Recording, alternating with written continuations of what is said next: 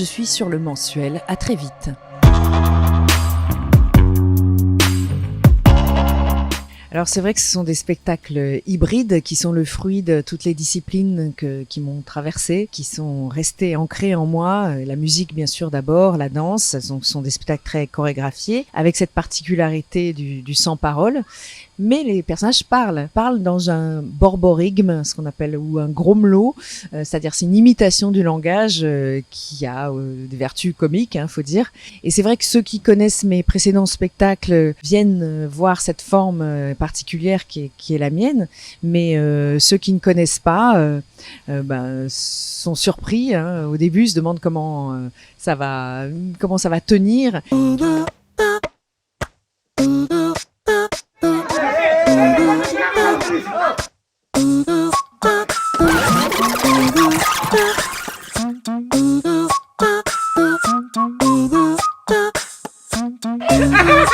C'est un exercice très physique, très viscéral, très organique, qui oblige aussi les comédiens à ressentir tout ce qui est fait, parce que c'est le ressenti qui est là d'abord avant la parole, avant l'analyse, avant tout. C'est d'abord l'émotion, la sensation, et c'est la sensation qui va guider le geste, puis après la parole. Mais c'est d'abord le corps qui reçoit les informations. C'est vraiment intéressant de travailler aussi effectivement sur des techniques qu'on pourrait dire d'image, puisqu'effectivement j'adore isoler les individus dans un collectif, dans un groupe. Donc il y a toujours cette notion du groupe, du vivre ensemble, de comment on se côtoie, les difficultés d'être confronté à l'autre. Là, en l'occurrence, dans cette loge, ce carloge maquillage, c'est en plus dans une promiscuité. Donc ça m'intéressait aussi de traiter de ces endroits exigus. J'ai utilisé techniques d'image pour justement faire des zooms sur l'individu dans un collectif. Comment tout à coup on peut isoler un acteur. Donc j'utilise des arrêts sur image et tout à coup il y a un seul personnage qui vit pendant que tout le monde est en arrêt, comme si le temps s'arrêtait tout à coup et on faisait un focus sur ce qu'il pense. Et ça donne au spectateur une espèce un effet zoom réel, un effet loupe, où on sent que on peut jouer tout petit sur scène. Ça, c'est vraiment intéressant pour le comédien. On peut faire des micro-choses, même penser à quelque chose et le spectateur le voit, le ressent, le perçoit. Donc c'est vraiment, c'est une façon... ce que j'essaye de faire à travers cette forme-là de théâtre, c'est vraiment de se connecter de façon viscérale, organique, au plus près du ressenti humain et de se mettre à la place de l'autre. Et ça crée une proximité étonnante entre le public et les comédiens. Et j'utilise effectivement des ralentis pour mettre en exergue certaines émotions, certains ressentis, des fantasmes, les envies de meurtre par exemple. On en a tous. Et ben là, je les donne à voir. J'imagine que on fait un arrêt sur image sur un désir. Un fantasme enfoui et on le vit et hop on revient à la réalité mais on le voit. Je fais des ellipses en live, tout le monde passe en accéléré. C'est très intéressant de travailler sur le ralenti parce que dans le ralenti on peut déployer l'intention et la voir encore mieux. C'est comme un grossissement des choses.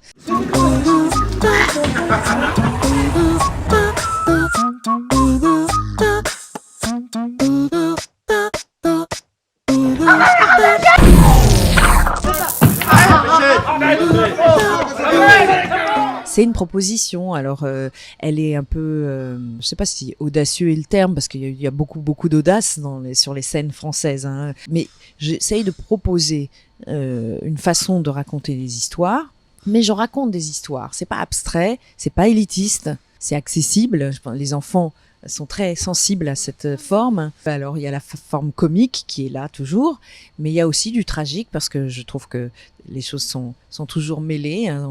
On rit d'autant plus que c'est tragique. Et là, je parle d'un milieu, en l'occurrence, le carloge. Et le carloge, c'est une loge qui se déplace en extérieur. C'est-à-dire quand on tourne dans des décors en extérieur, à la campagne, en montagne, sur un glacier, etc., il y a des carloges. Donc on a des climats parfois hostiles. On se retrouve dans des lieux où il fait excessivement chaud, excessivement froid, enfin des conditions climatiques qu'on subit. Et il y a les métiers de l'ombre dont on n'a absolument aucune idée, qui sont dévoués aux artistes dont ils s'occupent, les maquilleurs, les coiffeurs, tous ces métiers-là qui sont d'une grande pénibilité en termes d'horaire et tout, auxquels je souhaitais rendre hommage. C'est très exacerbé, les techniciens, les pauvres régisseurs qui suent sang et eau, mais vraiment qui sont là la nuit, ils arrivent le matin, c'est tellement tôt qui fait nuit, ils repartent après tout le monde. C'est des métiers de fatigue et qui demandent une énergie, qui sont sous-payés, tout ça. Et puis à ces stars pour qui tout le monde se sacrifie pour essayer de leur rendre la vie la plus douce, la plus agréable, pour facile, parce qu'ils doivent être concentrés aussi et qu'ils ont une énorme pression quand même. Ça m'intéressait aussi de montrer ça, de montrer la solitude parfois d'un acteur qui attend. Parce qu'il y a un rapport au temps qui est complètement dingue sur un tournage. Il y a à la fois une urgence à finir le plan de travail de la journée, parce qu'on quitte le décor et que le lendemain on n'ira plus. Donc si on tourne pas tout ce qui est prévu, c'est mort, quoi. Donc il y a une urgence, une pression dingue. Et là-dessus, il y a les acteurs qui attendent des heures. Ce qui est le cas de mon personnage. C'est ce rapport au temps qui est complètement extrême qui m'intéressait aussi à traiter. Et puis ce sas, qui est ce caraloge qui est à la fois un sas de concentration pour les acteurs qui se préparent, qui se mettent en condition pour les scènes à jouer, et qui une cellule de crise en état d'urgence avec des allers-retours, du moment où il y a trop de monde, des moments où il n'y a plus personne. Enfin, tout ça, c'est une scène de théâtre en réalité.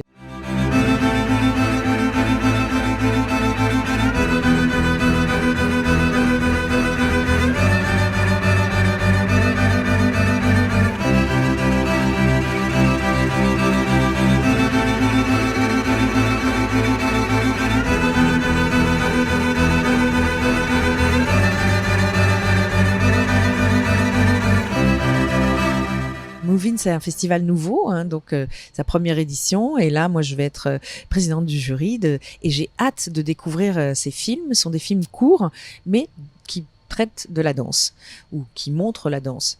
Donc, le rapport au corps et à l'écran, évidemment, ça ne pouvait que m'intéresser. J'adorerais d'ailleurs moi-même réaliser des films sur un film sur le corps. Et là, j'ai hâte de découvrir la programmation.